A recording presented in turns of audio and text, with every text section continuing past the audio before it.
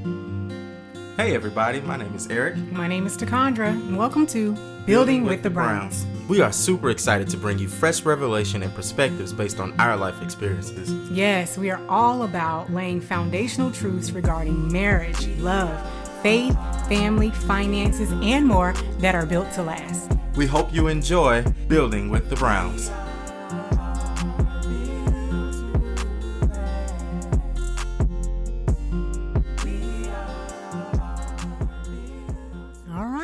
What you got? If you ain't got one, I got one. Hold on. Let's do this. Okay. I got on one. Three. We do three? it together. Yep. Okay. Let's see if we on the same page. Right. One, two, three. See the... Wait a minute. See, I was gonna jump into the chorus. Oh, and I was like, what are you singing? Yeah. I was gonna say, see the devil, he learns from your mistakes. Even if you don't, that's how he keeps you in. Psycho. Oh, you thought you was finna come in. Here you go. Yeah. That's what you were trying to do. I can't do that. We're gonna start that over because that was trash. Don't put me out there like that. You left me hanging. No, it was good. Oh God. No. Hey. So yeah. Cycles, man. That's what we talking about today. Mm-hmm. Cycles. Didn't I conquer this last year? Tell me what I missed. Come on. 'Cause I feel that it's coming back up again. We're going to owe him money for singing his song. Come on, y'all. So, if y'all, shout out. Shout out to Jonathan McReynolds. Because that song right there is the truth. Absolutely. The absolute truth. You could just sing the whole song. Mm-hmm. And it could be the podcast for today, straight up. If you really want to step your falsetto game up, though, just stay with the beginning. I can't do it.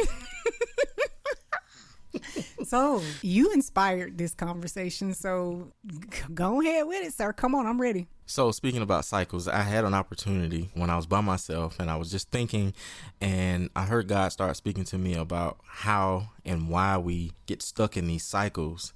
And he actually pointed me to our upcoming book that we've been writing. And we talked about this thing in our book. And what stood out to me the most was most of the time our cycles and the things that we deal with that's frustrating and the things that upsets us and the things that we feel like, we just dealt with this a week ago or a month ago or a year ago, and it just comes all the way back around.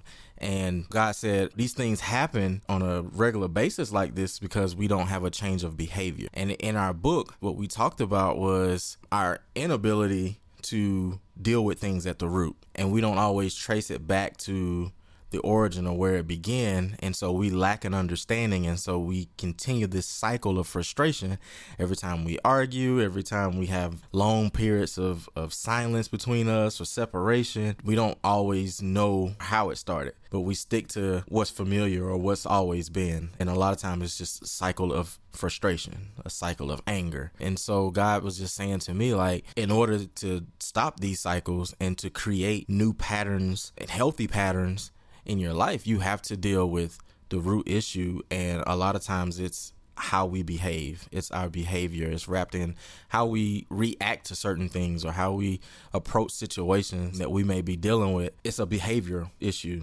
more so than a cycle issue. The important thing is to recognize the behaviors. So you got to recognize the pattern in order to identify, okay, this is a cycle. This is a cycle, because you get frustrated with the cycle, but it's like, okay, like you said, what am I doing or not doing differently? And that's the first step when it comes to breaking any type of behavior, is first identifying that there is a pattern and getting to the root of it. I think most times we don't always acknowledge the root because we're too focused on the fruit, which is ultimately that frustration part, right? So it's like, they say you can't remedy the fruit without getting to the root. Right. And it's specifically the root of frustration as it relates to communication in marriage. Okay, because that's what we're going to use this example for this particular cycle. And I mean, you can apply this in whatever situations that you're encountering or going through in life. It could be, you know, a cycle of having issues with your finances. It could be a cycle of frustration with your family. It could be a cycle with fitness issues. You know, you keep gaining weight, losing weight. There's always a root or an underlying issue that sometimes you may not even realize is there. Right. And so it's so important because for married couples, especially with communication, we automatically know that, okay, well, one, the enemy wants to thwart our progress or unity in marriage by attacking communication. For us, for example, when we look at, okay, what was the root of our communication issues? What would you say? We had this conversation. What would you say was the root of communication issues for us? I honestly think it's miscommunication. It's a part of us that kind of jumps to conclusions or jumps to assumptions rather than actually getting the facts in that particular moment. And then, you know, I always say our communication is like what I've experienced in the military is you having a radio and I have a radio, and on my end, everything is coming through clear, right? But on your end, you don't hear nothing. Like you hear static or you hear, you know, I forgot the word I wanted to use. Anyway, it's static, right? Yeah. It's not coming through clear. All the while, I'm on a different channel, right? And you're on a completely different channel. And so the breakdown in our communication oftentimes is we're just not on the same channel. We're not on the same page. And you're ready to receive something one way, and I'm delivering it another way, or you're ready to receive it in a way, you know, where you're in a posture where you're ready to receive. Your heart is open, you're vulnerable, and you're ready to just take whatever I'm bringing to you, and then I shut it off. Right. You know, and I don't even give you an opportunity to hear me, or, you know, I jump to the conclusion because I was like, well, I'm not going to tell you this because I know you're going to respond like that. Okay. And that's based on history. So the root of poor communication, especially like in our situation, it was past hurts. It could have been wounds from the past. Right. You spoke to me this type of way. So as a result of that, I developed this type of coping mechanism, or I developed this type of behavior to react or respond to you the way that I did in order to protect myself. Right. So anytime I respond to him in that way, or I say something this way, your walls automatically go up, you're triggered, and boom, that's when that cycle happens again. That's when that frustration happens again, because like he said, the behaviors haven't been changed, whether it's your approach in communication, maybe you personally haven't done some healing within your own self, because what usually happens is after God has healed you from certain wounds, he then has to go back and help you heal those habits. And that's something that I've learned as I've walked out my healing process is, okay, God, thank you for healing my heart, but now help me heal these habits. And you don't know what you don't know when it comes to your healing process. You don't know what type of negative defense mechanisms that are formed as a result of, you know, your trauma or whatever it is that you've experienced. So in communication, in our example, here I am, or here we are at sometimes fighting against each other's walls, these walls that we've built to protect our hearts, especially in my case with you, knowing how I used to talk, how I used to be, you know, the one that I could tear you up with my words, or I can, you know, build you up. And I wasn't always building him up with my words. So it became difficult for him to receive from me because he had automatically built up these walls of protection. You tell him about that. You know, you talk about that and how it affected you, because it's real. Yeah. It almost feels as like you're shooting at me, right? With your words, and they're just hitting me all over the place, and I'm getting shot up, right? And you're not seeing me getting shot up because I'm trying to make you feel better, but at the same time I'm trying to like stay engaged, you know what I'm saying, with what you're talking about. And so to protect myself, right, and to keep me from letting those words really affect me, I build those walls of just defense. But what that looks like for you, a lot of the time that looks like you not being receptive, especially when I'm saying something that's not I'm not intentionally hurting you. I'm trying to help, or I'm trying to help you see something that you may not always see. Yeah. I think one of my biggest complaints just early on in our marriage, and especially at that point, it wasn't always what you said, it was how you said it. And so delivery to me always mattered, because it wasn't always delivered, in my opinion, the best way, in the most productive way. I always felt like your words sometimes were just counterproductive. It was just like, well, dang, you just beating up on me. Right? But all you really was doing was trying to call me up to a place that I wasn't. Right. And that sometimes is hard to just receive, just as a man, you know, not to say that I'm a prideful person, but I take pride in what I know and what I don't. You know, I don't often like to be told when I'm not right, or if I'm not doing something a certain way, and especially if it's something that I know I've been trying to do a certain way, you know. Right. So there's so many underlying things that could be a hindrance when it comes to breaking certain cycles in your life. And you have all of these experiences, you have all of your trauma, you have upbringing, you know, beliefs, you have so many things that this stuff is filtered through. These cycles are filtered through, or are built with, that you have to go and filter through, you know, in order for you to break the cycle. And that's what we mean when we talk about getting to the root of stuff. There's a lot of digging that you have to do. And it could be, you know, we're talking about marriage and communication, but this is more than that, you know, because we could talk about not just communication in our marriage. We could go back to our upbringing and what we experienced or observed in our homes, you know, between our parents growing up. And okay, did we inherit some of these cycles because of that? You know, and it's only magnified in our marriage because we're in it now. Absolutely. You know? Yeah. So there's so many things when you look at your life and you look at certain patterns about your life that you're just frustrated with, you're unhappy with, and you're like, okay, I like the song say, didn't I conquer it? What happened? Why am I here again? The first thing I would say is kudos to you if you can identify the pattern. Right. Absolutely. You know, they say I think that's the hardest. It's the hardest thing. It's acknowledging, okay, this is a cycle. I need help. You know, I need help with breaking this pattern. It's a cycle. The first step to recovery, an addict got to admit that they're an addict. Hello, my name is Tacondra. I'm an addict. Absolutely. You know, or I am stuck in a cycle that sometimes we put ourselves in. Okay, Right. if we're just being honest, sometimes we're in cycles as a result of, you know, something inherited, you know, genetically speaking, generational, whatever the case may be. But the first step in breaking cycles is to acknowledge that there is a cycle. Absolutely. And then, like I said, to identify what the trigger is. We're talking about communication because we were triggered here recently. Now, mind you, we in the middle of being tested too. So, and that's another thing. Recognize the test. If you find yourself in a constant cycle, you're in another test. You're given another opportunity to get it right. And you have to be at a point where you're like, oh, okay, I'm tired of being in this cycle. I'm so sick and tired of this. You know why you in it sometimes is because you didn't pass the test the last time. Come on. You didn't take the correct action. You didn't alter, you know, your behavior. You didn't choose to not do what you've done in the past. And that's why you in this thing again. And we hands up to all 10 hands and toes raised over here because we've fallen into that as well. But you don't beat yourself up. You give yourself grace, even if it take a day or two, to recognize it and say, okay, I see the enemy. Like the song says, he recognizes our mistakes. He learns from our mistakes, but sometimes we don't learn from our mistakes, which is what keeps us in the cycles.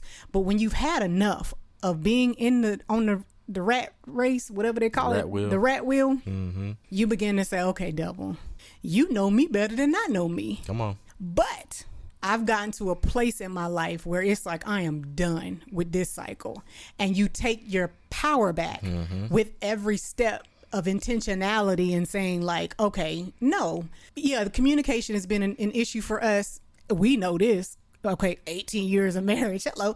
But what we not going to do is let the enemy okie doke us this time around. Right. Because we're trying to move forward. You know, I want to move forward. I don't want to be stuck in this cycle. I don't want to keep dealing with this frustration. Yeah. Frustration, pressure, those things always point to something that needs to be fixed. That's good. They always point to something. If you're frustrated, we did a podcast on God, I'm frustrated. Okay, if you're frustrated, that frustration is trying to teach you a lesson. That frustration is trying to help you identify something in your life, a pattern that needs to be broken. Yeah. What has triggered you? Write it down. I mean, how can you identify? What can you do to help you identify patterns? I think you used the prime example today. You were writing. That's a style of journaling. Yeah. Not only that, but reading what you wrote. Come on. Sometimes God will give you a word in one season to help you in the next season or your current season that you're in. And that's exactly what that portion of the book did for me, because we wrote that part, I don't know, it could have been months, a year ago. I don't even know. We've been writing so long. But God, help us. Help us break that cycle, Jesus. Come on. Delay. Publish today. Okay. No, I'm talking about that delay. Oh, yeah. Yeah, for that real. That slothfulness. Come on. You know, and so me reading that prompted me to write, but it actually freed me to write because it was weighing on me. I was thinking about the cycles and thinking about, here we go again. Here I am frustrated again about something that, you know, was simple as communicating. Mm-hmm. And you tell me all the time, I'm probably a better communicator than you are. And I don't look at myself to be like this great communicator, but I've had to communicate on multiple different levels, you know, throughout my life, especially in the military. I had to learn how to communicate, and that was just one, save my life. So one of the ways that we can break these cycles is to know that our communication is life or death. Mm-hmm. Because a lot of things can live because we communicated, but a lot of things can die when we don't communicate. That's right. And so that level of importance and that stance that we take when we do communicate between each other, especially between a husband and a wife, is so vital and important to not only ourselves individually, but as a unit, so that we can, you know, progress together and not separately. Absolutely. You said it can either make you or break you. Basically. Communication, especially in marriage, is so important. I used to say this to you: if you don't talk to me, the enemy will. Mm-hmm. It's the truth. We talking to the married folks that's listening to this particular podcast today. If you don't talk to your spouse, especially husbands talking to their wives, guess the enemy is going to talk to them. Yep. He going to talk to us. Or we going to talk to ourselves. Yeah, and that ain't always good. That ain't always because good. We as women, we can create a whole story in our mind, have a whole conversation, begin it, end it, and that's it. So the next time we do talk, no, I already had that conversation and it ended like this in my mind. That's what it is. And you like, what? No. Yeah. So that's why I encourage husbands especially, talk to your wives, communicate. Something that we also say is that when you fail to communicate on the battlefield, when you being tested out in these streets, mm-hmm. you know, in this spiritual world, you give the enemy free range. Right. And if you can explain that in terms of military terms, why they have radios or, you know, whatever devices they use when you're at war, you have a whole communication team who are communicating things to those who are on the battlefield. And when there is a lack of communication, you give the enemy free range to do what? To attack. I mean, it's real simple. You know, it's like you have these tools to communicate as far as radios and we have our channels, we have call signs, we have all of these things that we actually use to not really confuse the enemy, but we actually use those things so that we can move and maneuver around the enemy. Right? Because we're not always communicating to attack. Sometimes we communicating to defend and to watch out and to give a heads up and not necessarily be the force, right? But to be ready for any kind of force coming towards us or towards our team members. And so that communication, you know, it's a two-way street, but it's like, it's really to protect us. And so when we look at it in the natural, and for us in a marriage, communication protects us from the enemy. Because as long as we are communicating with each other, you can let me know, hey, pothole coming. Hey, watch your head. Hey, babe, watch your back. Hey, she was looking at you a certain type of way. Hey, he was a little close. Don't go down there. That hug was a little long. You know what I'm saying? And so, but we can do that from a place of love and not a place of blame or accusation. right? I'm not accusing you of this. This is what I observed. And before we go back outside into this world again, before we go back on the battlefield, this is how we're going to train ourselves to avoid these situations and to, be mindful of those landmines that lay, that you don't always see, but you need your spouse to see. Right. And that's in any relationship, you guys. This isn't just about communication in marriage. This is about communication in relationships, period. Because I could easily talk about how I felt to communicate in certain friendships and relationships outside of our marriage with people who don't know my history. Mm-hmm. They don't know my trauma. And I, for some reason, didn't share my trauma, or you don't want to give too much. But when you communicate in those relationships, it helps people get a better understanding. So now they know, okay, maybe if I say this, I may trigger her. And not to say you can't just walk around, being extra safe all the time. Somebody may unintentionally cause a trigger, and, triggers always point to something needing to be healed in you as well. Absolutely.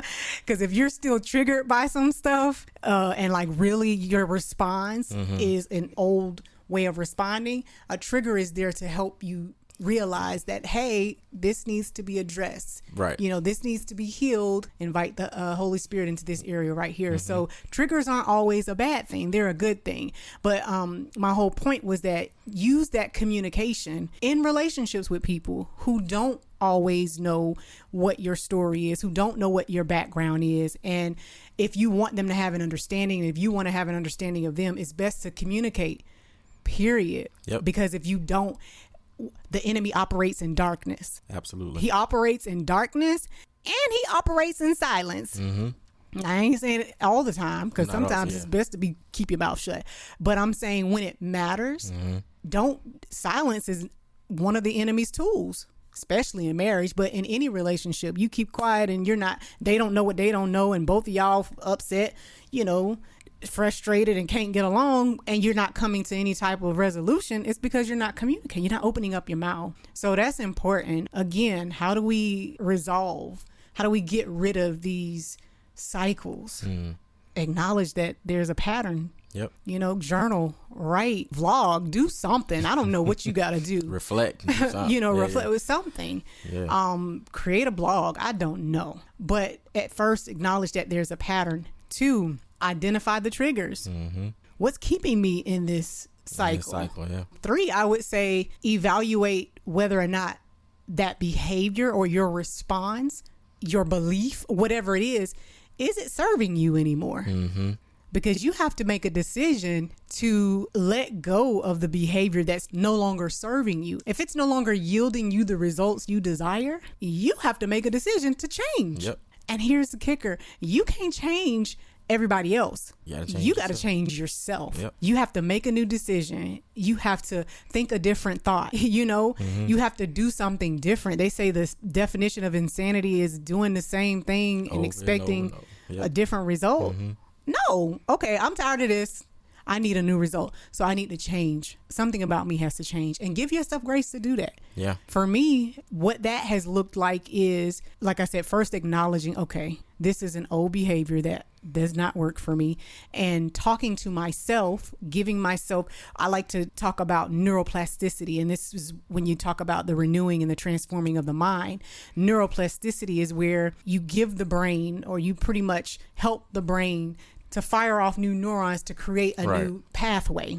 So if I used to think a certain way that didn't yield me the results that I desired, then I have to teach my brain to think another way. And the way that I reinforce that thought is by putting an action behind it. Right. That reinforces, I used to say affirmations, right? So think of an affirmation like faith. I'm going to speak this thing. I need a different result. So I'm going to speak this. This is the result that I want. Right. But now I need to put some type of action behind that thought or that affirmation or whatever decision that I've made to do differently. I need to put a action behind that thing so that it becomes real to my brain, right?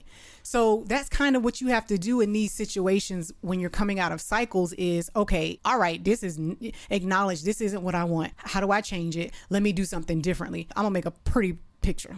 The other day, I'm just being honest. My husband knows when I go into these, what I call pits, right? where the enemy is just attacking my mind. And I've told him in the past, when you see me this way, don't shut me down. Don't even try to entertain my flesh. Just come to me and be like, pray, do something. Well, the other day, a few days ago, whenever it was, I found myself in one of those moments, and it wasn't about anything I was mad about with him, but he came up to me. He was like, you want a hug? And I was, my flesh just automatic was like, nope, I want a hug. You know, like, I don't know if I said leave me alone or not, but that's kind of what I was feeling. And so he kind of just, you know, went on about his way, and he got in the shower, and then I'm like, girl, you know, doggone well you need that hug. Don't be shutting him down when he's trying to come, you know, help pull you out of this pit. So here I go. I did what a grown woman gonna do. Okay. I went and jumped right in that shower. Right, boy, give me my hug. I need that hug. So that was me putting into practice what I'd been teaching myself. You know, it's like, no, I don't want to be, I don't want to be in that pit no more. Like, right. Okay, if that was your way of pulling me out, my response initially was not the right response, but I checked it, and I was like, that's growth. Yeah. So give yourself grace to grow as you're growing through these cycles of getting rid of these cycles, because none of us get it right all the time.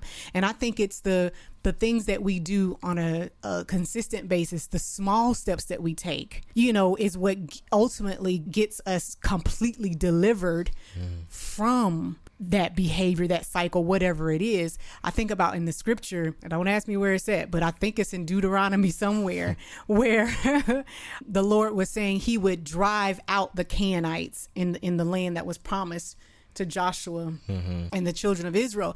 He didn't just remove the Canaanites out of the promised land. Right. He drove them out little by little.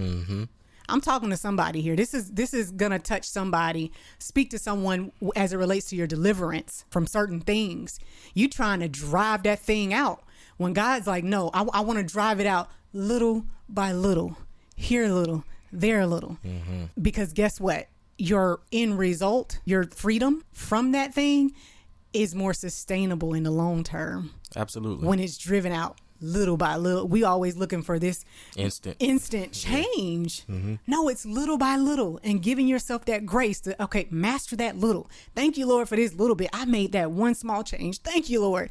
That one small change done over and over and over again creates what I would call muscle memory. Yeah. Master that one thing. You know, with habits, we literally produce what we practice the most, right? And so if you're practicing bad habits, you know, I take, for instance, like biting my nails, right? It's been a thing that I've done. That's a cycle you need to break. Since I was a kid. But, you know, here I am 38. You know, talk about my age. You don't want to tell it on yourself. Anyway, I'm 38. No gray hairs. Okay, it's a couple in there.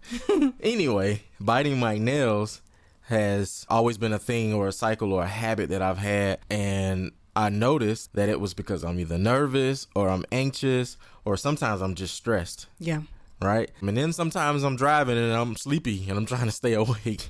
But what I noticed was me knowing what triggers that action or that habit helps me not do it. So if I'm feeling nervous, I go do something else, or I pull my attention to something else, and I don't look at my hands. I don't fidget. I don't, I don't know. I just don't bite my nails. So I'm trying to, like you said, put other things in practice so that I can produce the results I want. I want nice, healthy nails. So when I scratch, I'm not clawing myself. I'm actually it's a good scratch. You mean nubbing yourself? Nubbing, but sometimes it'd be little pieces and it be scratching. Yeah.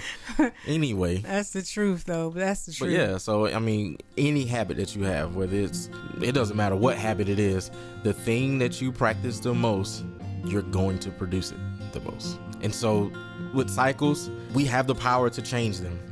And every time you see that word cycle, don't automatically assume that it's a negative thing, because we can actually generate healthy cycles.